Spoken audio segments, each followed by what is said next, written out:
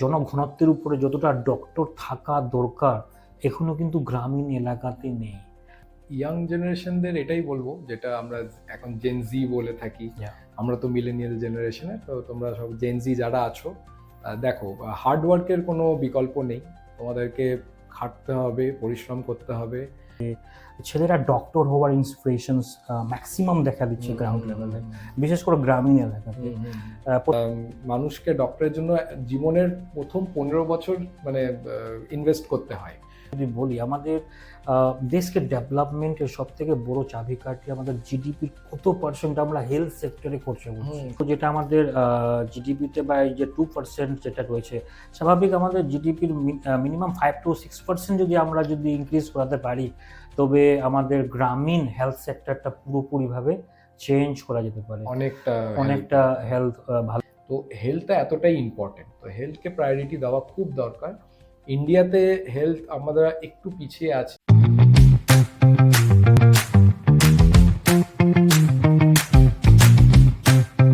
নমস্কার, সালাম। নয়ে সোচ রাষ্ট্র के साथ এই এপিসোডে আপনাদের প্রত্যেককে স্বাগত। নয়ে সোচ রাষ্ট্র के साथ এই টক শো আমরা বিশেষ করে সামাজিক, রাজনৈতিক, এডুকেশন এবং অর্থনীতির উপরে আমরা বিশেষ করে আলোচনা করছি। গণতন্ত্র মানেই আমাদের কিন্তু প্রত্যেক দেশের স্টেক হোল্ডারকে অ্যাকাউন্টেবিলিটি হওয়া, জবাবদিহি হওয়া। তাই আমাদের এই নয়ে সোচ রাষ্ট্রকে সাথের মাধ্যমে যাতে কি প্রত্যেক পাবলিকের কাছে এবং পাবলিকের সামনে আমরা যাতে কি সমস্ত ডিটেলস, 10 বছরের যে ডিটেলস থাকবে, মাইলস্টোনকে আমরা কোয়ার্টারলি, হাফ ইয়ারলি এবং অ্যানুয়ালিসে ডিভাইড করব, যাতে কি সমাজে কীভাবে প্রোগ্রেস করতে পারবো এবং আমাদের এক এক করে যে সমাজের যে স্টেক হোল্ডার, যারা সমাজকে জব ক্রিয়েট করতে সাহায্য করছে, যারা সমাজকে কোনো কিছু দিতে সাহায্য করছে আমাদের কাছে, এক এক করে আসছেন এবং আমরা এই টক শোর মাধ্যমে প্রত্যেকে একটা রোড ম্যাপ দেওয়ার চেষ্টা করছি সমাজকে এগিয়ে নিয়ে যাওয়ার জন্য। আজকে আমাদের এই টক শো বিশেষ করে পরিচালিত করছে আমাদের রাষ্ট্র বিকাশ কেন্দ্র, এবং আমাদের এই রাষ্ট্র বিকাশ কেন্দ্র প্রত্যেকটা বুথ স্তরে আমরা কিন্তু বিজনেস ইকোসিস্টেম ডেভেলপ করা হচ্ছে। এই বিজনেস ইকোসিস্টেমের মাধ্যমে সমাজের মধ্যে বিজনেস ডেভেলপমেন্ট করা হয়। এছাড়া আমাদের রাষ্ট্র বিকাশ কেন্দ্র ডিজিটাল এডুকেশনস প্রত্যেক মহিলা এবং পুরুষদের গ্রামে বিশেষ করে বুথ স্তরে আমরা ডেভেলপমেন্ট দেওয়ার চেষ্টা করছি। এছাড়া আমি যদি আপনাদেরকে বলি, এখন রাষ্ট্র বিকাশ কেন্দ্রের আপনি স্ক্রিনে আপনি ফোন নাম্বার এবং কিউআর কোড দেখতে পাচ্ছেন, এবং আপনি যদি চান আমাদের রাষ্ট্র বিকাশ কেন্দ্রে কিছু অনুদান দিতে, আপনারা কিন্তু অনুদান দিলে আমাদের রাষ্ট্র বিকাশ কেন্দ্রের কাজ গ্রামে দ্রুতগতিতে আমরা কাজ ছড়াতে পারবো। এছাড়া আমাদের এই পডকাস্ট বা আমাদের এই টক শো স্পন্সর করছে IT univ business consultancy services private limited. IT univ business consultant এবং আইটি সার্ভিস প্রোভাইড করে।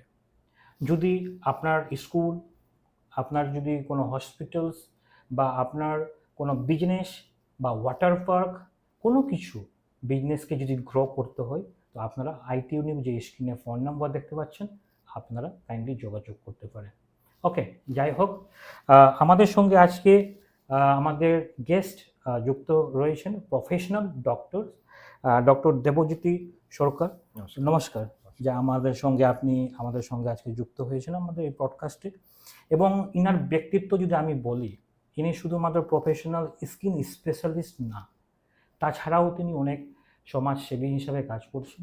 তিনি ডাইরেক্টর, তিনি ডিআরএল হসপিটালের তিনি ডাইরেক্টর, এবং এছাড়া তিনি ম্যানেজিং ডাইরেক্টর রয়েছেন মালদা ডিস্ট্রিক্টের হোলি চাইল্ড পাবলিক স্কুল, যেখানে ইংলিশ মিডিয়াম স্কুল, যেখানে তিনি পরিচালিত করছেন।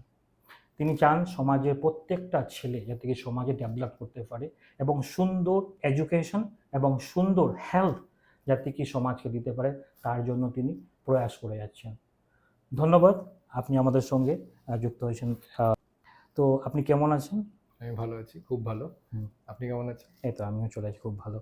তো আপনি যদি বলুন যে আপনার এই জার্নিটা, এই ডক্টরের পেশাগত, আপনি এখনো ভীষণ ইয়াং, এই অবস্থাতে আপনি ডক্টরের পর বা আপনি যে আপনি স্কিন স্পেশালিস্টও রয়েছেন, তার সঙ্গে সঙ্গে আপনি হসপিটালের বা আপনার হসপিটালস রয়েছে বা নার্সিং হোম রয়েছে, তার আপনি ম্যানেজিং ডাইরেক্টর, এছাড়া স্কুল। তো এই যে আপনার জার্নি, এই তো ছোট বয়সে ডাইরেক্টর হয়ে যাওয়া, স্কিন স্পেশালিস্ট হয়ে যাওয়া, তো আপনি আমাদের যে ইয়াং জেনারেশনকে কি মোটিভেশন দিতে চান? ইয়াং জেনারেশনদের এটাই বলবো, যেটা আমরা এখন জেন জি বলে থাকি। Yeah. আমরা তো মিলেনিয়াল জেনারেশনে, তো তোমরা সব জেন জি যারা আছো, দেখো, হার্ড ওয়ার্কের কোনো বিকল্প নেই। তোমাদেরকে খাটতে হবে, পরিশ্রম করতে হবে, ডেডিকেশন থাকতে হবে, একটা তোমার মাথায় টার্গেট থাকতে হবে যে না, আমি এই জায়গাটাতেই এতদিন আমি পৌঁছাতে চাই। ওই টার্গেটের পিছনে কিভাবে ওইটা অ্যাচিভ করা যায়, স্টেপ বাই স্টেপ সেটাকে স্টাডি করতে হবে। সেইভাবে লেগে থাকো, ডেডিকেশন, ডিটারমিনেশন এগুলো থাকলেই যে কোনো টার্গেট ফুলফিল করা যায়। এখন তো পৃথিবী অনেক ছোট হয়ে গেছে, অবশ্যই, অবশ্যই। আপনার নেট এত অ্যাক্সেসেবল, ফোন হয়ে গেছে, কোনো কিছু এনকোয়ারি এআই হয়ে গেছে, হুম, হুম, কিছু হুম। আপনাকে জানতে হলে সবই তো হাতের মুঠোতেই আছে। তো বিজনেস শুরু করা থেকে শুরু করে, এডুকেশন থেকে শুরু করে, সবই এখন অ্যাচিভেবল হয়ে গেছে। হুম, হুম, হুম। তো ইয়াং জেনারেশনের এটাই বলবো যে আহ, লেগে থাকো, কিছু একটা করো, নিজের একটা কিছু আইডিয়াস বার করো, নতুনত্ব কিভাবে একটা বিজনেসও গ্রো করা যায়, ওই বিজনেসটা সোসাইটিকে কিভাবে হেল্পও করতে পারে, এরকম কিছু আইডিয়াস বার করো, সেটাতে খাটো, আস্তে আস্তে ওটাকে গ্রো করে সমাজের যাতে ভালো হয় এরকম কিছু একটা করো। অবশ্যই, খুব সুন্দর। আচ্ছা, একটু ইন্সপিরেশন দিন যে এখনকার সমাজের মধ্যে ট্রেন্ড রয়েছে যে ছেলেরা ডক্টর হওয়ার ইন্সপিরেশনস ম্যাক্সিমাম দেখা দিচ্ছে গ্রাউন্ড লেভেলে, বিশেষ করে গ্রামীণ এলাকাতে। প্রত্যেকে চায় যে ভবিষ্যৎ বড় হয়ে আমি ডক্টর হব, ডক্টর হব। তো এই একটা যে ইন্সপিরেশনস, তো এটা আপনি কিভাবে আমাদের ইয়াং জেনারেশনকে দিতে চান? দেখো, ডক্টর তো খুবই একটা রেসপেক্টেবল জায়গা। ডক্টর এত ইজি না। ফার্স্ট হচ্ছে, ডক্টরের জন্য একটা মানুষকে ডক্টরের জন্য জীবনের প্রথম 15 বছর মানে ইনভেস্ট করতে হয়।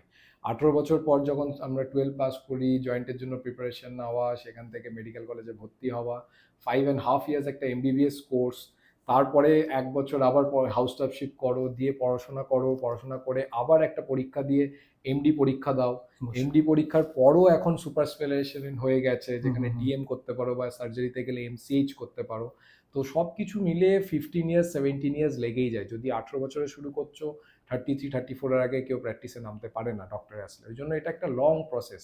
তো ওই পেশেন্সটা, ডাক্তারিতে আসতে গেলে ওই পেশেন্সটা থাকতে হবে। খালি এখন ডাক্তার বলে না, সবাই ডাক্তার হতে চায়, ভালো লাগে, কিন্তু এখন সব প্রফেশনেই সেম রেসপেক্ট আছে, সেম ভ্যালু আছে, সেম ইনকামও আছে। হুম, হুম, তো হুম। যে কোনো প্রফেশনে, যেই প্রফেশনে তোমার যাওয়ার ইচ্ছা, সেটাতে মানে একটাই জিনিস হতে হবে যে আমি যেই যেই প্রফেশনে আছি সেটাতে আমি বেস্ট হই, তাহলে আর দেখতে হবে না। তাহলে সব প্রফেশনেই একই রেসপেক্ট, একই স্ট্যান্ডার্ড অফ ইনকাম আছে। না, অবশ্যই। শুধুমাত্র আমাদের গ্রামীণ ভারতে যে ডক্টরের যে একটা সম্মান বা একটা লাক্সারিয়াস হুম লাইফ, হুম শুধু সেটা দেখলে হবে না। অনেকগুলো স্কোপ রয়েছে হুম হুম যে আমাদের গণতন্ত্রের মাধ্যমে বা পাবলিক নিজে চাইলে জিনিসটাকে আনফোল্ড করতে পারে তার জন্য। হুম। অনেকগুলো স্কোপ রয়েছে যেটা আরো ভালো থেকে ভালো হ্যাঁ, এখন তো এডুকেশন প্রোগ্রেস করতে পারবে। সিস্টেমও অনেক হুম, অ্যাক্সেসেবল হয়ে গেছে। হুম, হুম, ফোনেই হুম। এখন আপনি বিভিন্ন অ্যাপের থ্রু দিয়ে আপনি যে কোনো এক্সাম পাস করতে পারবেন হুম, বা হুম, হুম। পরীক্ষার জন্য স্টাডি করতে পারবেন। হুম, হুম। আপনাকে বাইরে পড়াশোনার জন্য বড় বড় ইনস্টিটিউশনে যেতেও হবে না। তো এখন অবশ্যই। খুব ইজি হয়ে গেছে। আমাদের ভারতের ডেভেলপমেন্টে আমাদের হেলথ সেক্টর হুম। কতটা ইম্পর্টেন্স, যদি আমরা ভারতকে অর্থনীতিতে হোক বা হেলথে বলুন, আমরা কি পজিশনে, আমরা হেলথ সেক্টরটা কিভাবে সাহায্য করবে ভারতকে সেই জায়গাতে নিয়ে আসতে গিয়ে? হ্যাঁ, খুব ভালো প্রশ্ন করেছেন। যেখানে একটা ডেভেলপমেন্ট নিয়ে আমরা আলোচনা করছি বা একটা গ্রোথ নিয়ে আলোচনা করছি, সেখানে হেলথ একটা খুব ইম্পর্ট্যান্ট রোল প্লে করে, সেটা আমরা খুব বেসিক্যালি নেগলেক্ট করে ফেলি। হুম, হুম, হেলথের সাথে ডাইরেক্টলি কিন্তু গ্রোথের একটা রিলেশন আছে। হুম, আমরা যখন মেডিকেল কলেজে বা পড়াশোনা করতাম, তখন হেলথের ডেফিনেশন আমাদেরকে বলা হতো।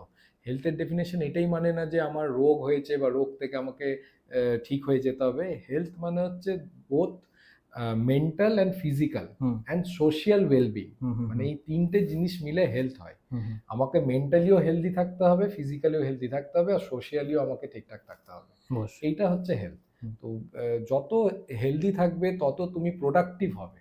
আমার আজকে যদি কোনো মানুষের জ্বর হয়ে সে 5 দিন বসে থাকে, তার তো সে ব্যবসাতে যেতে পারছে না, তার তো সে কর্মটা করতে পারছে না, তার প্রোডাক্টিভিটি কমে যাচ্ছে, তার ইনকামও কমে যাবে, সেই ইনকামের সাথে আরো 4 জন এফেক্টেড হবে।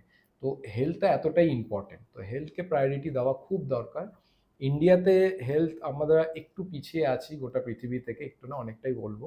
কিন্তু এখন যা আসছে, এখন হেলথের ওপর অনেক নতুন নতুন ইনোভেটিভ ইনস্টিটিউশনসও খুলছে, যেখানে আধুনিক চিকিৎসা হচ্ছে, যেখানে গভর্নমেন্ট চেষ্টা করছে আরও ডেভেলপ করার, অনেক স্কিমস আনছে। তো হেলথের দিক থেকে আমরা এগাচ্ছি, এটা বলবো না যে একদম পিছিয়ে গেছি, কিন্তু অনেক দেশ থেকে আমরা বেটার পজিশনেও আছি ইন্ডিয়াতে। তো আপনি কি বলতে চান, যেভাবে আমাদের দেশ তো অবশ্যই আমরা ডেভেলপ করেই যাচ্ছি বিভিন্ন দিক থেকে, অর্থনীতিতে আমরা এখন ফোর্থ পজিশনে রয়েছি লার্জেস্ট ইকোনমিক্স হিসাবে, কিন্তু পার ক্যাপিটা জিডিপিও এখন আমাদের অনেক কম। কিন্তু আমি যদি একটু এখানে তুলনামূলকভাবে যদি বলি, আমাদের দেশকে ডেভেলপমেন্টের সব থেকে বড় চাবিকাঠি আমাদের জিডিপির কত পার্সেন্ট আমরা হেলথ সেক্টরে খরচা করছি। খুব ভালো প্রশ্ন। তো এখানে আমরা কত পার্সেন্ট যে হেলথ সেক্টর কম্পেয়ারলি, আমি ডেভেলপিং নেশন যদি বলি, যেমন ডেভেলপ নেশন যেমন আমেরিকা, ডেভেলপিং নেশন যেমন চায়না, এদের কম্পেয়ারলি যদি কম্পেয়ার আমরা এখন আপাতত 1.97 বা বিলো 2% রয়েছে আমাদের পার ক্যাপিটা জিডিপির উপরে, যেটা আমরা ইনভেস্ট করছি বা আমাদের লাস্ট ইয়ার ফিজিক্যাল ইয়ারের যেটা বাজেটে আমরা খরচা করা হয়েছে। কিন্তু আমেরিকা তুলনামূলকভাবে ওরা জিডিপির ওরা প্রায় কমসে কম আপনার 17%, অ্যাপ্রক্সিমেট 17% তারা কিন্তু জিডিপির হেলথ সেক্টরে খরচা করছে। আপনি যদি তুলনামূলক যদি চায়নাতে যদি দেখেন, প্রায় 7% তারা কিন্তু হেলথ সেক্টর পার জিডিপিতে খরচা করে। কিন্তু ইন্ডিয়াতে যে আমরা এত কম হিসাবে যে খরচা করছি, তো এতে যে আর্থিকভাবে যে আমরা তো প্রত্যেক স্টেক হোল্ডার চেষ্টা তো করছে দেশকে এগিয়ে নিয়ে যাওয়া, কিন্তু আমরা সিস্টেমেটিকভাবে যদি বাজেটকে অ্যালোকেট না করি, তবে তো সম্ভব হবে না, না? এই জিনিসটাতে আপনি কি বলতে চাইছেন? হ্যাঁ, একদম খুব ভালো আপনি স্ট্যাটিস্টিক্স ধরে রেখেছেন যে ইন্ডিয়াতে লেস দেন 2% জিডিপি আমরা এখনো হেলথের পিছনে ইনভেস্ট করছি। আমার মনে হয় আস্তে আস্তে এটা বাড়বে, গভর্নমেন্ট যত বুঝতে পারবে যে হেলথ কতটা ইম্পর্টেন্ট, তত ইনভেস্টমেন্টটা তত বাড়বে। খালি গভর্নমেন্ট না, আমাদের অ্যাজ আ সোসাইটিও অনেকটা হেল্প করা উচিত। এই যে আপনি যেরকম বলছেন ডেভেলপমেন্ট, আমাদের ছোট ছোট ইনস্টিটিউশন যদি হেলথ নিয়ে আরও কালচার করে, হেলথ নিয়ে আরও বিজনেসেস করে, তাহলে ওভারঅল সোসাইটি গ্রো করবে। তো জিডিপি আমার মনে হয় আরও বাড়ানো উচিত কম্পারেটিভলি, কেন আমাদের যা পপুলেশন আছে সেই হিসাবে আমরা অনেক কম স্পেন্ড করছি, আর আমরা তো স্পেন্ড করছি আর যেই বেনিফিটসগুলো সব জায়গায় পৌঁছাতেও পারছে না, যেগুলো আমরা স্কিমস বা যেগুলো আনছি। তো আরও আমার মনে হয় ইনভেস্ট করা উচিত হেলথের ওপর, খুব প্রায়োরিটি দেওয়া উচিত। ডিফেন্সের যেরকম প্রায়োরিটি আমরা দিই, এতটা খরচা করি, সেরকম হেলথকেও প্রায়োরিটি দেওয়া উচিত। তো আপনার এখানে বলার বক্তব্য, যেটা আমাদের জিডিপিতে বা এই যে 2% যেটা রয়েছে, স্বাভাবিক আমাদের জিডিপির মিনিমাম 5 to 6% যদি ইনক্রিজ করাতে পারি, তবে আমাদের গ্রামীণ হেলথ সেক্টরটা পুরোপুরিভাবে চেঞ্জ করা যেতে পারে, অনেকটা হেলথ ভালো হবে। কিন্তু আমি যদি বলি, এই যে হেলথ সেক্টর তুলনামূলকভাবে যদি দেখেন, শুধু শহর এলাকাতে আপনি যদি দেখবেন যে সেখানেই হেলথটা খুব সুন্দরভাবে পাবলিকরা এখন অনলাইনও সব ডেলিভারি খুব সুন্দর হয়ে যাচ্ছে, গ্রামীণ এলাকাতেও হয়ে যাচ্ছে। কিন্তু এখনও আমরা কিন্তু গ্রামের লোকেরা সেই রকমের সুন্দর ট্রিটমেন্ট, যে জনঘনত্বের উপরে যতটা ডক্টর থাকা দরকার, এখনও কিন্তু গ্রামীণ এলাকাতে নেই। পাবলিকরা এখনও অনেকভাবে সেইভাবে ভুগে যাচ্ছে। এই জিনিসটাতে আপনি কিভাবে ওভারকাম করা যেতে পারে? এভাবে আপনি সরকারকে 10 বছরের যদি রোডম্যাপ থাকে, আপনি কিভাবে ব্রেকডাউন করতে পারবেন যে দেশটাকে কিভাবে আমরা জনঘনত্বের উপরে আমরা ডক্টর প্রডিউস করতে পারি, বা ট্রিটমেন্ট অফ সিজনাল ফ্যাসিলিটিস? এখানে আমাদের একটা অনেকটা ডিফারেন্স আছে স্ট্যাটিস্টিক্সে, যা দেখা গেছে যে আমাদের ভারতবর্ষের 65 পপুলেশন হচ্ছে গ্রামের পপুলেশন, আর 45 হচ্ছে শহর বা টাউন বা মিড সিটি যেগুলো আছে সেই পপুলেশন। কিন্তু সেখানে দেখা গেছে 70% ডক্টরস কিন্তু শহরেই আছে, আর 30% যেখানে ওখানে গ্রামে গঞ্জে যারা প্র্যাকটিস করছে, তাও স্পেশালিস্ট ডক্টর পাওয়া যায় না। এমবিবিএস পাওয়া যাবে বা রুরাল যারা প্র্যাকটিশনার আছে তাদেরকেই পাওয়া যাবে। তো এখানে একটা বড় ডিসপারেন্সি আছে, অনেকটা ডিফারেন্স আছে। সেই ডিফারেন্সটাকে আমাদেরকে ওভারকাম করতে হবে, যাতে গ্রামে একটা স্পেশালিস্ট ডক্টর পৌঁছাতে পারে। খালি ডক্টর না, ডক্টর তো গ্রামে গিয়ে কিছু করতে পারবে না যতক্ষণ না ওনার কাছে ইকুইপমেন্টস বা হসপিটাল বা এনভায়রনমেন্টটা থাকবে। তো এখানে রুরাল ডেভেলপমেন্ট খুব ইম্পর্টেন্ট এখানে, একটা হেলথ সিস্টেম ক্রিয়েট করা সেই ঘুরেই চলে আসছে জিডিপি গ্রোথটা করা। গ্রোথের ওপর। মানে হ্যাঁ। আপনার ইনফ্রাস্ট্রাকচারে আপনি যদি ইনভেস্ট না করেন, তো সেই ইনভেস্ট তো পাবলিক প্রাইভেট সেক্টর করবে না, সেই না। সরকারকেই করতে হবে। হ্যাঁ। তো এর মানেটা উঠে আসছে কনভারসেশনের মাধ্যমে, যে আমাদের যেটা জিডিপির যে আমরা রেশিও যে হেলথ সেক্টরে খরচা করছি প্রায় 2%, সেটাকে মিনিমাম 5 to 6% করা উচিত।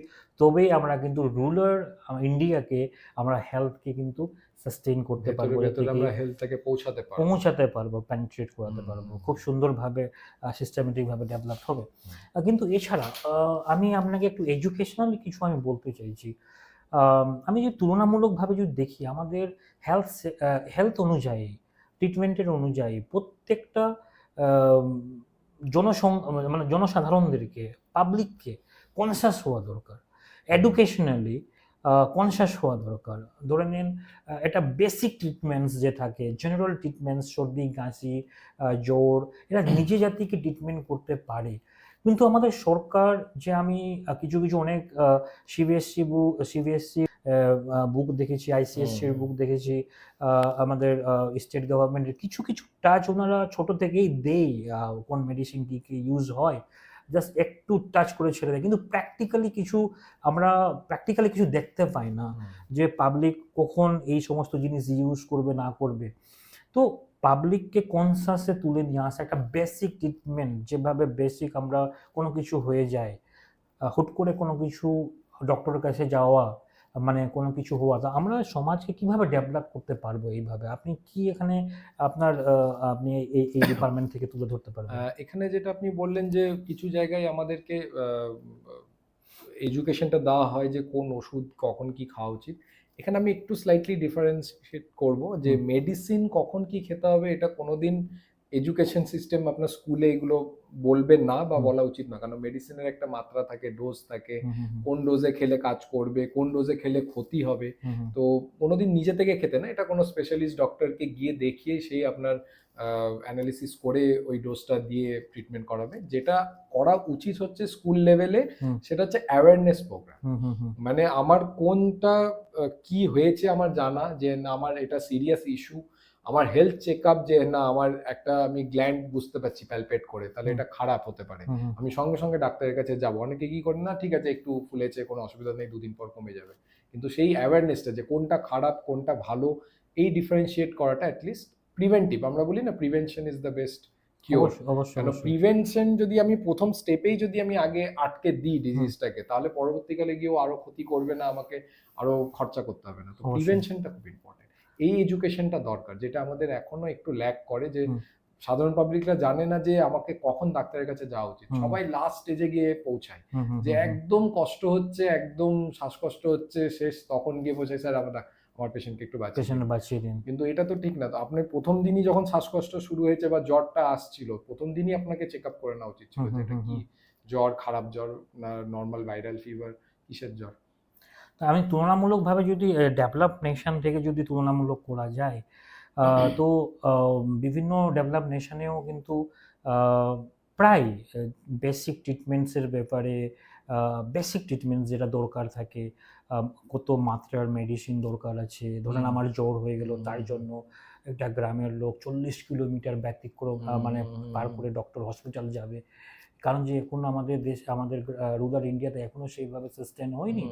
গ্রামে যদি একটা কেউ মেম্বার যদি বেসিক ট্রিটমেন্টের ব্যাপারে, অল্প জ্বর সর্দি কাশির ব্যাপারে যদি বেসিক, তো এই ক্ষেত্রে যদি পাবলিকরা, যদি সরকার যদি এতে ইন্ট্রোডিউস যদি করে, মাত্রা সহ এডুকেশন যদি ইমপ্লিমেন্ট করে, এখানে আপনি কি বলতে চাইছেন, এটা ভালো হবে কি? এখানে না ভালো হবে, এখানে করা যায়। কেন কি যে কিছু মেডিসিনস, আমরা ড্রাগস বলি, কিছু মেডিসিনস আছে যেগুলো ওটিসি প্রোডাক্ট, যেগুলো আপনার প্রেসক্রিপশন ছাড়াও আপনাকে দিয়ে দেবে। আপনি গিয়ে বলবেন আমাকে একটা প্যারাসিটামল দিন, দোকানদার দিয়ে দেবে। এখানে ইললিগাল কিছু না।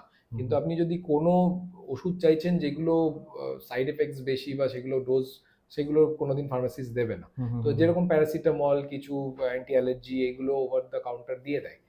এইগুলোর ডোজ যদি যারা পাবলিক আছে তারা যদি জেনে রাখে, তাহলে অনেকটা সুবিধা।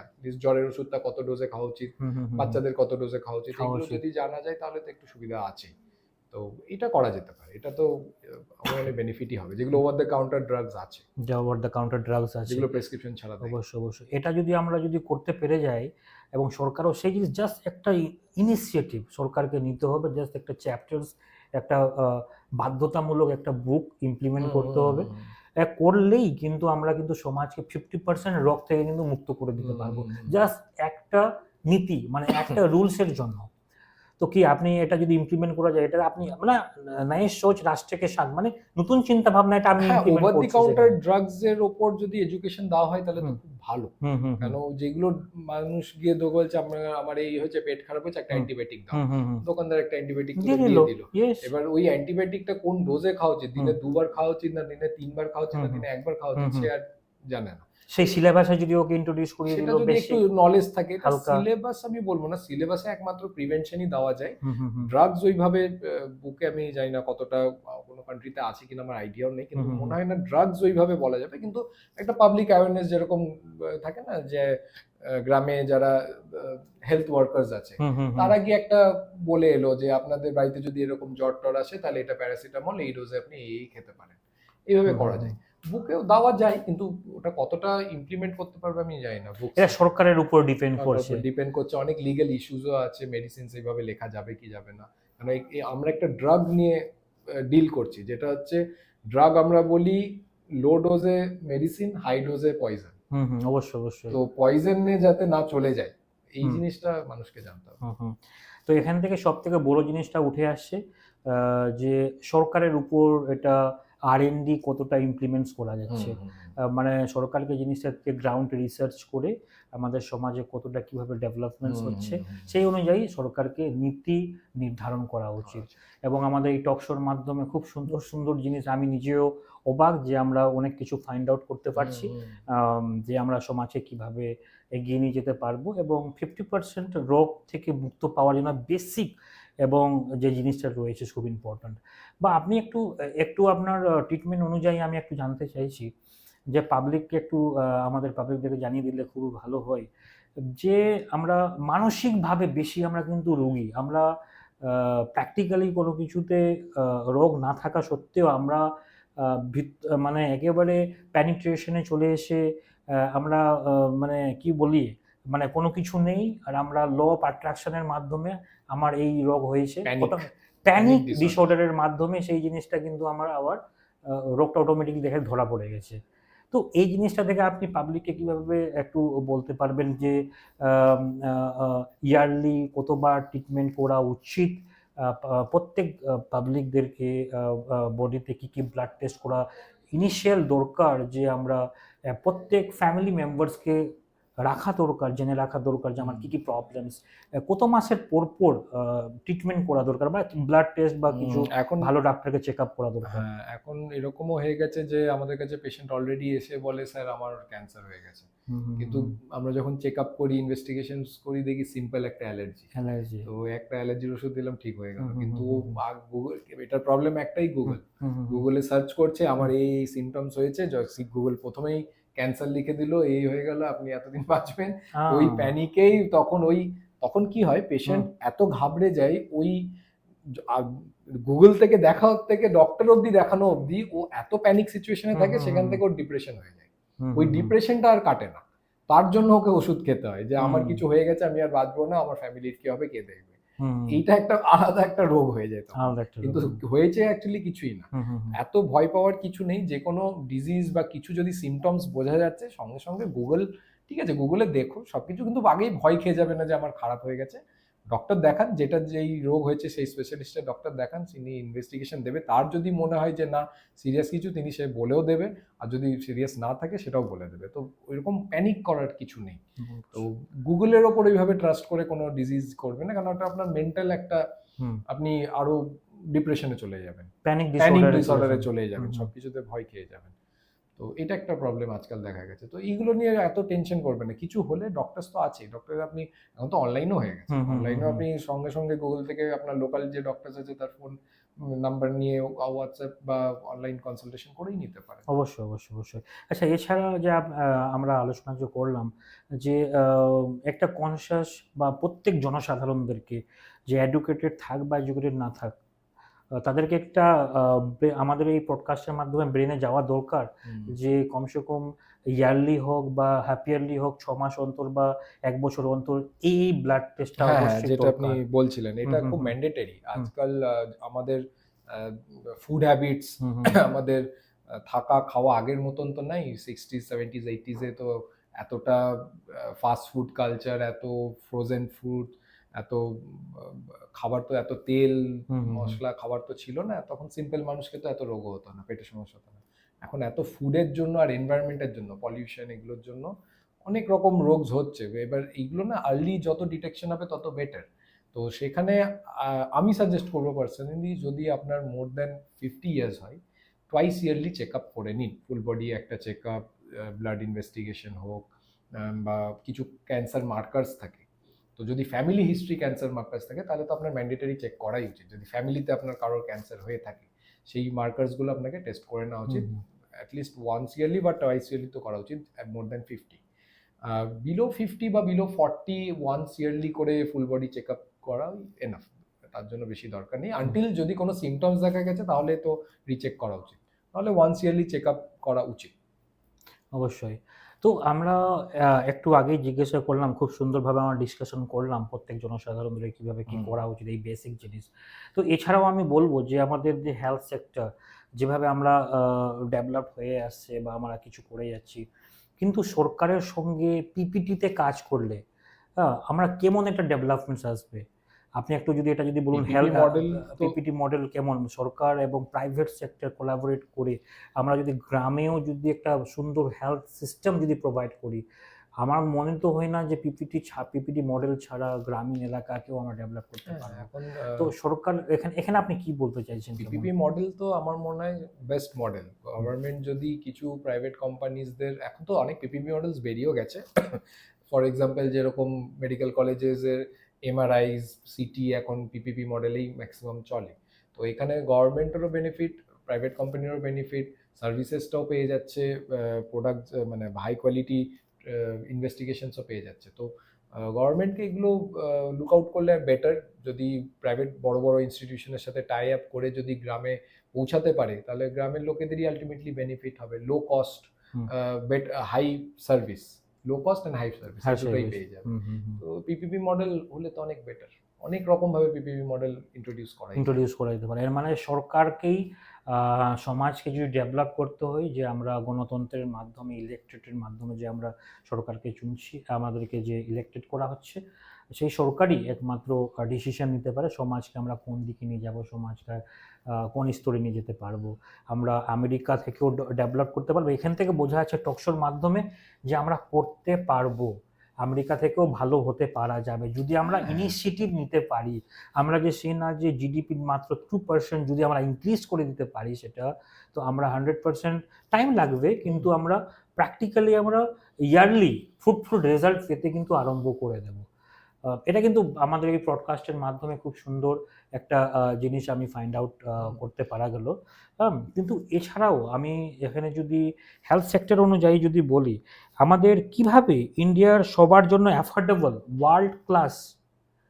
ওয়ার্ল্ড ক্লাস ট্রিটমেন্ট ফ্যাসিলিটিস আমরা অ্যাফোর্ডেবল প্রাইসে যাতে প্রত্যেক ইন্ডিয়ানকে দিতে পারি, হুম। এই জিনিসটা আপনি কিভাবে এই আপনি কোশ্চেনটা বলা। খুবই ভালো। অ্যাফোর্ডেবল খুব ম্যাটার করে ইন্ডিয়াতে। হুম, হুম, কেন হুম, অনেক ম্যাক্সিমাম লোকেদের কোনো ইন্স্যুরেন্স নেই, কোনো হেলথ স্কিম নেই। ওরা জানে না কি করতে হবে, কোথায় যেতে হবে। অ্যাফোর্ডেবল পার্টটা খুব ইম্পর্টেন্ট ইন্ডিয়াতে। হুম, হুম, হুম, অ্যাফোর্ডেবল ছাড়া কোনো বিজনেসই করা যাবে না।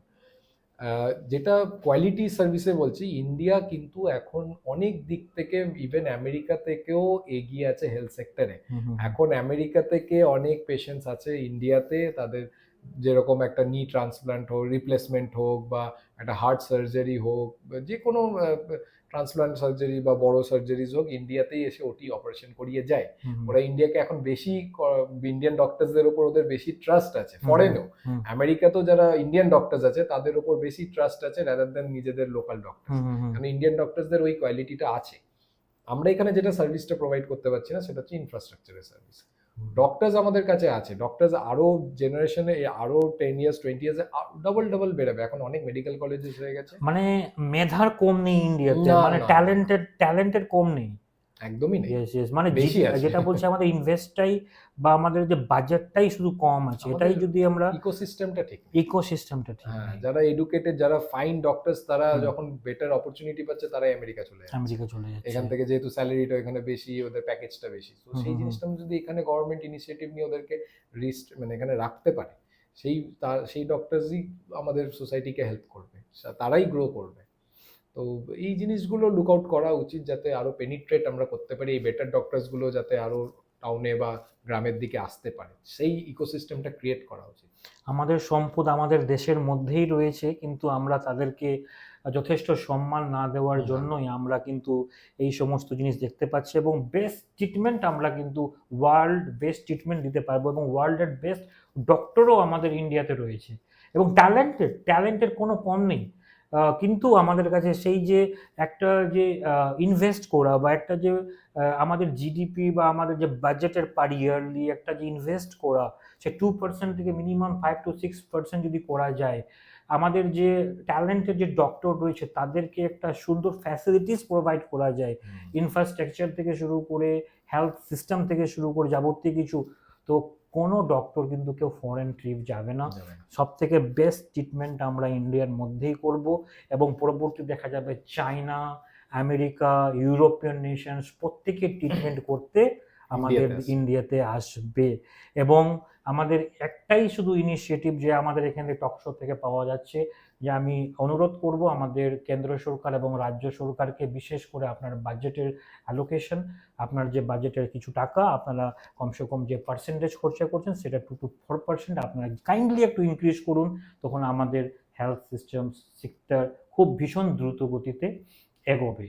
এছাড়া আমাদের এখানে খুব সুন্দর একটা জিনিস আসছে ফাইন্ড আউট করে, যে আমরা যদি এই জিনিসের উপরে কাজ করছি, তো আমরা ইউকে, ইউএস বা আমাদের যে সিঙ্গাপুর, ওখান থেকে আমরা কি শিখতে পারবো, বা চায়না থেকে কি শেখা যায়, মানে টিওটির উপরে, ট্রান্সফার অফ টেকনোলজির উপরে হেলথ সেক্টরে আমরা কেমন কি শিখতে পারবো, ওখান থেকে কি নিলে আমরা খুব দ্রুত গতিতে এগিয়ে যাওয়া যায়।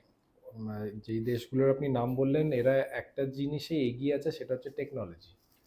এরাই ইনোভেটার্স অফ টেকনোলজি। আমেরিকা, জার্মান, এখন চাইনিজ তো অনেক ইনোভেশন করছে, সিঙ্গাপুরও কিছু করছে। তো এরা টেকনোলজিটাকে এতটা মেডিকেল ওরিয়েন্টেড করে ফেলেছে, এআই টেকনোলজি ইন্ট্রোডিউস হয়ে গেছে, রোবোটিক সার্জারিজ হয়ে গেছে, তার জন্য ওরা অনেকটা এগিয়ে গেছে আমাদের থেকে। তো ওদের থেকে আমরা যদি এই টেকনোলজিগুলোকে নিতে পারি, এদের আইডিয়াসগুলোকে নিতে পারি, দিয়ে আমরা নিজেদের কান্ট্রিতে ওটাকে বানাতে পারি। ফর এক্সাম্পল, আপনাকে একটা এক্সাম্পল দিচ্ছি, এমআরআই মেশিনস ইউরোপে তৈরি হয়, জার্মানে কিছু তৈরি হয়, সব অস্ট্রিয়া কান্ট্রিজগুলোতে হয়। আমরা যখন ইম্পোর্ট করছি, প্রচুর কস্ট পড়ে যাচ্ছে, কারোর্স একটা এমআরআই মেশিন আমাদেরকে ইম্পোর্ট করতে হচ্ছে। সেই টেকনোলজিটা আমার কাছে নেই, ইন্ডিয়াতে নেই। সেই মানে ইনিশিয়েশনটা যদি গভর্নমেন্ট করে, যে আমরা না নিজেদের একটা এমআরআই মেশিন ইন্ডাস্ট্রি বানাবো, সেই ম্যান পাওয়ার, সেই ব্রেন পাওয়ার, সেইগুলো যদি ইন্ট্রোডিউস আমরা করি, দিয়ে নিজেদের মার্কেটে মেড ইন ইন্ডিয়া করে যদি এমআরআই মেশিন করাই, তার কস্ট হাফের থেকেও কম হয়ে যাবে। তাতে কি হবে, এবার প্রত্যেকটা ছোট ছোট শহরে এমআরআই মেশিন তো অনেকে কষ্টের জন্য নিতে পারে না, প্রাইভেট সেক্টররাও নিতে পারে না, গভর্নমেন্টও ওই জন্য কিছু জায়গায় পিপিপি মডেলে করে নিয়েছে। আমাদের এমআরআই মেশিন সাপ্লাই করতে কোনো অসুবিধাই হবে না। এর উপরে আপনি বলতে চান যে এমআরআই মেশিন থেকে শুরু করে যেগুলোই জার্মানি আছে, টিওটির উপরে যদি ট্রান্সফার টেকনোলজি করে নেওয়া যায়, তো আমরা কিন্তু দেশেই প্রোডিউস করতে পারবো, আমরা মেড ইন ইন্ডিয়া করে নেব, মেড ইন করে অনেক নিতে চিপার হয়ে যাবে, হাফ কস্ট হয়ে যাবে। যদি একটা এমআরআই মেশিন 5 crores রুপিস হয়, ইন্ডিয়াতে আসলে 2 crores 2.5 এ আসবে। এই জিনিসটা করার জন্য কি বাধাটা কোথায় আসছে? আমাদের ইনফ্রাস্ট্রাকচারটা নেই, যে এমআরআই মেশিনের জন্য অনেক একটা সেটআপ দরকার, একটা ফ্যাক্টরির মতন, গাড়ির ফ্যাক্টরির মতন। তো ওইখানে সায়েন্টিস্ট, ওইখানে রিসার্চ, আর&ডি, রিসার্চ এন্ড ডেভেলপমেন্ট খুব ইম্পর্টেন্ট ফ্যাক্টর। হেলথ সেক্টরে র মেটেরিয়ালস ইম্পোর্ট করা, যেগুলো বিভিন্ন অনেকগুলো দেশ থেকে অনেক র মেটেরিয়াল ইম্পোর্ট হয়, তো সেই যে র মেটেরিয়ালস গুলো ইম্পোর্ট করা, সেই ইকোসিস্টেমটাকে ক্রিয়েট করার মতন আমরা এখনো ইনিশিয়েটিভ নিইনি। এগুলো মানে নেওয়া যেতে পারে, এখান থেকে ফাইন্ড আউট নেওয়া যেতে পারে। আমাদের ইসরো যদি মার্সে পৌঁছে যায়, পৌঁছে যেতে পারে, টেকনোলজি কোনো ব্যাপারই না। এর মানে যে শুধুমাত্র আমরা একটা ডিসিশন নেওয়া, ইনিশিয়েটিভ, জাস্ট একটা স্টেপ নেওয়া, যে আমাকে এটা এমআরআইটা ইন্ডিয়াতে বানাতে হবে, আমার ইন্ডিয়ার হেলথের জন্য দরকার আছে, আমাকে এমআরআই মেশিনটা ইন্ডিয়াতে বানিয়ে চিপার প্রাইসে আমি সেল করব। কোনো বড় বড় কোম্পানি যদি এই ইনিশিয়েটিভটা নিয়ে নেয়, তাহলেই হয়ে যাবে। তাহলে তো যাবতীয় কিছু কিন্তু এখানে পাবলিক এবং প্রাইভেট কোম্পানিরই উপরে না, যত কিছু আমরা টক শোর মাধ্যমে দেখতে পাচ্ছি, জাস্ট সরকারকে একটা স্টেপ নিতে হবে। সরকারের একটা স্টেপ আমাদের দেশকে মানে যে কোনো জায়গা থেকে একটা একটা অন্য একটা পরিস্থিতিতে আমরা নিয়ে আসতে পারি। আমরা ডেভেলপে খুব দ্রুতগতির ডেভেলপ আমরা দেখতে পারবো পার ইয়ারলি কতটা আমরা সাকসেস করতে পারছি। তো এই জিনিসটা আমাদেরকে সরকারের কাছে অনুরোধ। আপনি এই ব্যাপারে আপনি সরকারকে কি অনুরোধ করতে চাইছেন? আমি তো একটা জিনিস অনুরোধ করব যে টেকনোলজিস গুলো ইন্ডিয়াতে বানাতে, যে কোনো ল্যাপ্রোস্কোপিক ইনস্ট্রুমেন্টস আমাদের, আমরা তো একটা হসপিটাল চালাই, আমরা তো দেখি সবই ফরেন কোম্পানিজ। ইন্ডিয়ান কোম্পানিজও আছে, কিন্তু ফরেন কোম্পানিজের কোয়ালিটিস গুলো বেটার। তো ডিফারেন্স হচ্ছে একটা। তো এবার বেটার যেহেতু কোয়ালিটি, প্রাইসটা হাই। তো যেহেতু ইম্পোর্ট করতে হচ্ছে, ইম্পোর্ট ট্যাক্স লেগে যাচ্ছে, তো ওই জন্য প্রাইসটা বেড়ে যাচ্ছে, আর কিছুই না। তো সেই সেম কোয়ালিটি আমি যদি ইন্ডিয়াতে ইন্ট্রোডিউস করে দিতে পারি, আমার প্রাইসটাও কমে যাবে।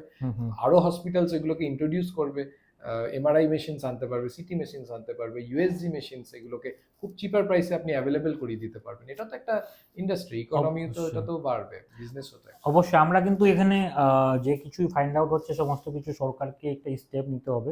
আমরা জনসাধারণ, ডক্টর, ট্যালেন্ট, এখানে মার্কেট এখানে কম নেই। আমাদের 1.4 বিলিয়ন পিপলস আমরা আমাদের ভারতবর্ষে বসবাস করছি।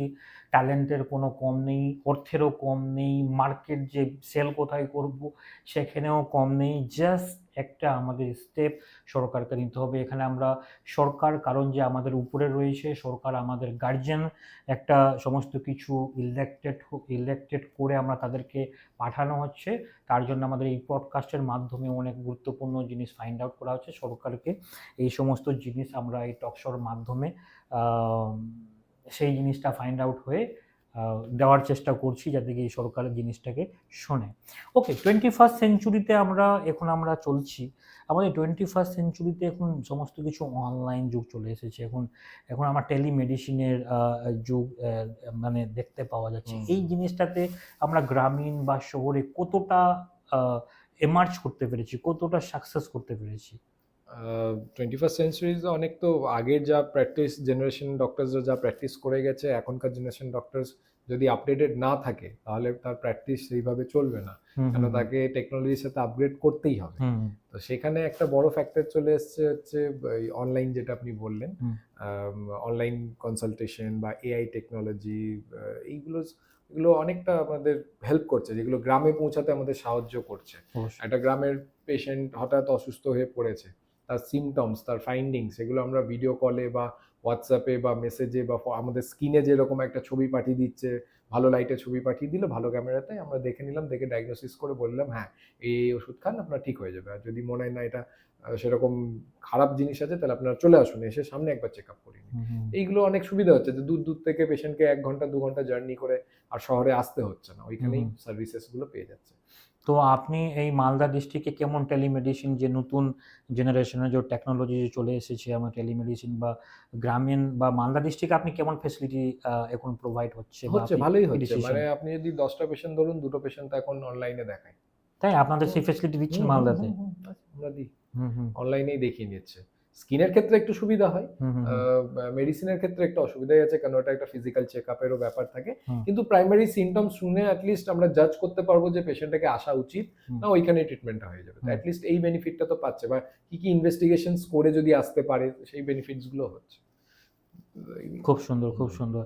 আমাদের এই নয়ে সোচ রাষ্ট্র কে সাথ এই পডকাস্টে আমাদের যে 10 বছরের যে মাইলস্টোন, আমরা প্রত্যেক বছরে এটা ব্রেকডাউন করে যাচ্ছি। তো আপনি এই 10 বছরটা আপনি কিভাবে দেখছেন? আমি সেই বলতে চাই না যে আমরা 10 বছর পর এই অ্যাচিভমেন্ট করব, নো। আমরা ওভারকাম 1 বছর পর যে আমরা করব, ওভারকাম করব। তো আপনি এর একটা রোড ম্যাপটা কি হতে পারে নেক্সট 10 ইয়ার্স? নেক্সট 10 ইয়ার্স এর মানে পার ইয়ারে ব্রেকডাউন যদি করা যায়? নেক্সট 10 ইয়ার্স তো হেলথ সেক্টরে ভালোই ডেভেলপমেন্ট হবে, হচ্ছেও। অনেক ডক্টরস বেরাচ্ছে, অনেক ডক্টরস টাউনে, শহরে, গ্রামে পোস্টিং হচ্ছে, ঢুকছে। টেকনোলজি ওয়াইজও অনেক নতুন চেঞ্জেস হতেই থাকছে। এভরি ইয়ার আমরা টেকনোলজি আমাদের হসপিটালে চেঞ্জ করতে হচ্ছে, আপগ্রেড থাকতে হচ্ছে, সফটওয়্যার আপডেট হচ্ছে। আমি তো ভবিষ্যৎ ভালোই দেখছি। যত দিন যাবে তত টেকনোলজিস ইন্ট্রোডিউস হচ্ছে, তত ডায়াগনোসিসটা আমাদের ইজিয়ার হয়ে যাচ্ছে, ফাস্ট ডায়াগনোসিস হচ্ছে। নেক্সট 10 ইয়ার্স যদি গভর্নমেন্টও একটু আরো ইনভেস্টমেন্ট যেটা আপনি বলছিলেন হ্যাঁ, জিডিপি একটু যদি বাড়িয়ে দেয় তাহলে আমার মনে হয় অনেক বেটার। যদি একবারে 5-6% দরকার নাই, যদি 1% করে ওরাও যদি 1% করে বাড়ায়, যদি প্রত্যেক বছরই যদি বাড়ানো যায়, তবে তো আমরা 10 বছরে 100% অ্যাচিভ করবো। অ্যাকচুয়ালি পলিসিস গুলোকেও ঠিক করতে হবে, ইনভেস্ট করলে যে ওটা গ্রাম অব্দি পৌঁছাচ্ছে কিনা সেটাও দেখতে হবে, যেই জন্য ইনভেস্ট করছে সেটা আলটিমেটলি ওই মানুষটা বেনিফিটটা পাচ্ছে কিনা সেটা দেখতে হবে সেগুলো। আচ্ছা, আমি এখানে ফাইন্ড আউট করতে চাইছি আমাদের হেলথ সেক্টর থেকে প্রায় কত পার্সেন্ট আমরা জব ক্রিয়েট করছি এখন বর্তমানে? আই থিঙ্ক নেক্সট যেটা আমরা স্টাডি দেখেছি নেক্সট 10 ইয়ার্সে বা হ্যাঁ 10 ইয়ার্সে 2025 to 35 এর মধ্যে আমরা 1 করোড় 1.5 করোড় জবস আমরা হেলথ সেক্টরে ক্রিয়েট করবো। হুম। তো আপনি ধরে নিন পার ইয়ার তাহলে 10 লাখস করে তো জবস হচ্ছেই অ্যাভারেজ। এভারেজ। তো হ্যাঁ, তো ভালোই হেলথ সেক্টর যত ডেভেলপড হবে, যত ডিমান্ড তো কোনোদিন কমবে না হেলথ সেক্টরে। হেলথ তো প্রাইমারি একটা জিনিস, তো জবস তো হবেই, জব প্রচুর তো জবস হবে। কারণ হেলথ তো খালি ডক্টর একজন না, it's a team work. Teamwork. Nurses আছে, প্যাথোলজিস্ট আছে, ব্লাড কালেক্টর আছে, মেডিকেল টেকনোলজিস্ট আছে, মানে একটা হসপিটালে Ecosystem দরকার আছে। ভ্যারাইটিস অফ ডিপার্টমেন্টস আছে, মোর দেন 20 ডিপার্টমেন্টস আছে। তো মোর দেন 20 ডিপার্টমেন্টস এর মানে হান্ড্রেডস অন পিপল ওয়ার্কিং। তো সব ক্ষেত্রে একটা জব ক্রিয়েট হচ্ছে এখানে, মাল্টিপল জবস ক্রিয়েট হচ্ছে। ওকে, আমাদের এই 21st আপনি তো দেখছেন যে আমরা এআই যুগে এখন বাস করছি, যেভাবে এআই ডেভেলপড হয়ে আসছে। তো এআই এর মাধ্যমে জব বেশি বাড়বে কি জবটা কমে আসবে, আপনি এতে আপনি কি বলতে চাইছেন? জব বাড়বে, কমবে কোনোদিন না। হুম। যদি ট্যালেন্ট থাকে, যদি আমার নলেজ থাকে, জব কোনোদিন কমবে না। একটাই জিনিস এখন যেটা আমরা ফিউচার প্রেডিক্ট করতে পারছি যে যেই ডিপার্টমেন্টই থাকুক, যেই স্কিলই থাকুক, তাকে এআই টেকনোলজিটা জানতে হবে। এআই টেকনোলজি যদি না জানে তাহলে সে পিছিয়ে পড়বে। এআই টেকনোলজির সাথে আপডেটেড থাকতে হবে, তুমি যেই ডিপার্টমেন্টেই থাকো। ওকে, তো আমরা একটু যদি তুলনামূলকভাবে যদি আর&ডি ডিপার্টমেন্টসের উপরেই, আমরা তো অনেক কিছু আলোচনা করলাম, কিন্তু একটু ডিপলি একটু আমি ডিসকাস করতে চাই যে আমরা যদি ইন্ডিয়াতে যদি ডেভেলপড মানে ডেভেলপ নেশনের মতো যদি হেলথ সেক্টর যদি প্রোভাইড করি, তো আমাদেরকে কিন্তু ম্যাক্সিমাম আর&ডি ডিপার্টমেন্টে ইনভেস্ট করতে হবে। তো আমরা যেভাবে এখন বর্তমানে ইনভেস্ট করে যাচ্ছি, তো আপনি যদি আমাদের স্টেট গভর্নমেন্ট যদি দেখেন, স্টেটে যদি দেখেন, কেন্দ্র সরকারের মাধ্যমে দেখেন, আমরা কি আর&ডিতে যথেষ্টভাবে ইনভেস্ট করছি কি আরো করা দরকার? আর&ডিতে বিশেষ করে আমি ইনফ্রাস্ট্রাকচারের কথা বলছি, আর&ডিতে আর&ডিতে আগের থেকে একটু ইমপ্রুভমেন্ট হয়েছে, কিন্তু আরো অনেক দরকার, অনেক দরকার। আমরা আর&ডি মেনলি খুব একটা আমরা আর&ডিতে যাই না, আমরা খালি ম্যানুফ্যাকচারিং এই বেশি যাই, জাস্ট কপি পেস্ট। তো আর&ডিটা খুব ইম্পর্টেন্ট একটা সেলফ সাস্টেনিং ইয়ের জন্য, ডেভেলপমেন্টের জন্য। তো আর&ডি ভেরি ইম্পর্টেন্ট যে কোনো ফ্যাক্টরে, ইভেন ইন আজকে আমরা ফার্মেসিতেও অনেক বড় এক্সপোর্টার, মেডিসিনের আমরা বড় এক্সপোর্টার, কিন্তু আমাদের আর&ডি খুব একটা স্ট্রং না। কিন্তু ফরেনে অত বেশি এক্সপোর্ট করে না, কিন্তু ওরাই দেখবেন সব যত নতুন মেডিসিনস, ক্যান্সার মেডিসিন হোক, তার অ্যান্টিবায়োটিক্স হোক, সব ফরেনাররাই ওরাই ডেভেলপ করে। নতুন অ্যান্টিবায়োটিক মার্কেটে আসে তো দেখবেন আমেরিকা থেকেই আসে, আমরা জাস্ট ওইটাকে টেকনোলজি থেকে নিয়ে ওটাকে রেপ্লিকেট করি। বায়োলজিক্স এগুলো সব আধুনিক টেকনোলজি, এগুলো সব ফরেন থেকেই আসে। তো আমাদের আর&ডি অত স্ট্রং না, আমরা খালি ম্যানুফ্যাকচারিং করে যাই। শুধু ম্যানুফ্যাকচারিং বা অ্যাসেম্বলিং শুধু করে যাচ্ছে নাকি? তো আমাদের কি টিওটির উপরে সরকারকে আপনি এখানে কি বলতে চাইছেন যে টিওটি ট্রান্সফার অফ টেকনোলজি আমরা যদি আর&ডি বা আমাদেরকে যতটা এক্সপ্যান্ড করা দরকার সেই উপরে যদি কাজ করি, তবে 100% সেটা আমরা খুব দ্রুত গতিতে ডেভেলপ করতে পারবো। ওকে, খুব সুন্দর। আমাদের এই টক শোর মাধ্যমে, পডকাস্টের মাধ্যমে আমরা যাবতীয় কিছু এখানে ডেভেলপড 10 বছরে কিভাবে এগিয়ে নিয়ে যাওয়া যাবে, গ্রামীণ ইন্ডিয়া থেকে শুরু করে আমাদের ওয়েস্ট বেঙ্গলকে আমরা কিভাবে ডেভেলপ করতে পারবো, আমরা শহর থেকে শুরু করে, গ্রাম থেকে শুরু করে। আপনি যদি এখানে একটা ফাইন্ড আউট, আমি লাস্ট প্রশ্ন আমরা কমপ্লিট করে যাচ্ছি, লাস্ট প্রশ্নের মাধ্যমে আমরা আমাদের এই টক শো কমপ্লিট করব। একটা আমাদের লাস্ট প্রশ্ন যে আমাদের কি পলিসি অ্যাডপ্ট করা দরকার আমাদেরকে শহর থেকে শুরু করে গ্রামীণ এলাকাকে ডেভেলপ, যদি হেলথ সেক্টরে যদি ডেভেলপ করতে হয়, সরকারকে আপনি কি বলতে চাইবেন, বা কোন একটা পলিসি কি ডেভেলপ করতে গেলে আমরা সমস্ত কিছুকে ওভারকাম খুব 10 বছরের মধ্যে ইয়ারলি আমরা ব্রেকডাউন করতে পারবো, কি পলিসি অ্যাডপ্ট করা? পলিসিস বলতে যেগুলো মেডিকেল ইকুইপমেন্টস আছে তাতে একটু যদি ট্যাক্সেস গুলো কম করে দেয়, যেগুলো ইকুইপমেন্টস আমরা পারচেস করি, যেগুলো প্যাথোলজি মেশিনস হোক, যে কোনো মেশিনস হোক, ইকুইপমেন্টস একটু ট্যাক্স বেনিফিটস যাতে যাতে দেয়, তাতে বিজনেসম্যানরা ইনভেস্ট করতে পারে মেডিকেল সেক্টরটাতে। আর যেটা আরেকটা যেটা পাবলিক যাতে বেনিফিট পায় সেটা হচ্ছে আমাদের স্কিমস, মানে যেগুলো ইন্স্যুরেন্স যাতে খুব ইম্পর্টেন্ট ইন্ডিয়াতে, কেন আমরা যেগুলো আমরা বেনিফিট পাচ্ছি, আয়ুষ্মান ভারত, স্বাস্থ্যসাথী বেনিফিটস তো আমরা সব জায়গায় পাচ্ছি, কিন্তু তাও যেগুলো প্রাইভেট সেক্টরের ইন্স্যুরেন্স থাকে তারাও যদি একটু স্কিমসগুলোকে কম ইয়ে করে পুরো ইন্টিরিয়ারে গিয়ে গিয়ে অ্যাওয়ারনেসটা ক্রিয়েট করে যে একটা পলিসি বা স্কিম থাকার কতটা, ইন্স্যুরেন্স থাকার কতটা বেনিফিট আছে। কেন এখনো মানুষ ভাবে কি যে ইন্স্যুরেন্সে আমরা যদি লাইফ ইন্স্যুরেন্সে বা হেলথ ইন্স্যুরেন্সে খরচা করা মানে আমার টাকা নষ্ট, আমি বছরের পর বছর প্রিমিয়াম দিয়ে যাচ্ছি, আমার আলটিমেটলি কিছু হলো না, আমার টাকাটা নষ্ট হলো। কিন্তু এইভাবে ভাবলে হবে না। যেদিন ফ্যামিলিতে কোনো খারাপ কিছু আসবে সেদিনই মনে হবে কেন ইন্স্যুরেন্সটা আমাদের কাছে, যেহেতু আমরা হসপিটালে আছি তখন আমরা পেশেন্টস তখনই বুঝতে পারে যে আমরা কেন ইন্স্যুরেন্সটা করলাম না, করে নিলে আজকে আমাদের ক্যাশলেস হয়ে যেত বা আমাদের কোনো খরচাই হতো না। তো এই অ্যাওয়ারনেস গুলো, এই পলিসিস গুলো যত ইন্ট্রোডিউস করবে গভর্নমেন্ট তত বেটার হবে। মানে এখানে আপনি বলতে চাইলেন যে সরকারকে নতুন কোনো কিছু অ্যাডাপ্টেশনের জন্য পলিসি আনা ভীষণ গুরুত্বপূর্ণ দরকার। আমাদের এই টক শোর মাধ্যমে আমরা ভীষণ অনেক কিছু ফাইন্ড আউট করা হলো। আমাদের সঙ্গে মিস্টার সরকার আমাদের সঙ্গে যুক্ত হয়েছে এবং এই ইয়াং জেনারেশন, মানে আমাদের মিলিনিয়ালস, আমাদের এই জেনারেশনের মধ্যে, আমিও মিলিনিয়ালস জেনারেশনের মধ্যেও পড়ছি, এবং এই চিন্তাভাবনা সমাজকে ডেভেলপ করার এবং 10 বছরের দেশকে হেলথ সেক্টরে কিভাবে প্রোগ্রেস করা যায়, এই টাইপের উচ্চ আকাঙ্ক্ষা ডক্টর আমি সমাজকে যেভাবে এডুকেশন থেকে শুরু করে, হেলথ সেক্টর থেকে, হসপিটাল থেকে শুরু করে এবং নিজের ট্রিটমেন্ট দিয়ে সমাজকে যেভাবে লিড করছে, কিন্তু এটা আমাদের কাছে গর্বের বিষয়। ধন্যবাদ মিস্টার সরকার, আপনি আমাদের ডক্টর সরকার আমাদের সঙ্গে যুক্ত হওয়ার জন্য ধন্যবাদ। Thank you.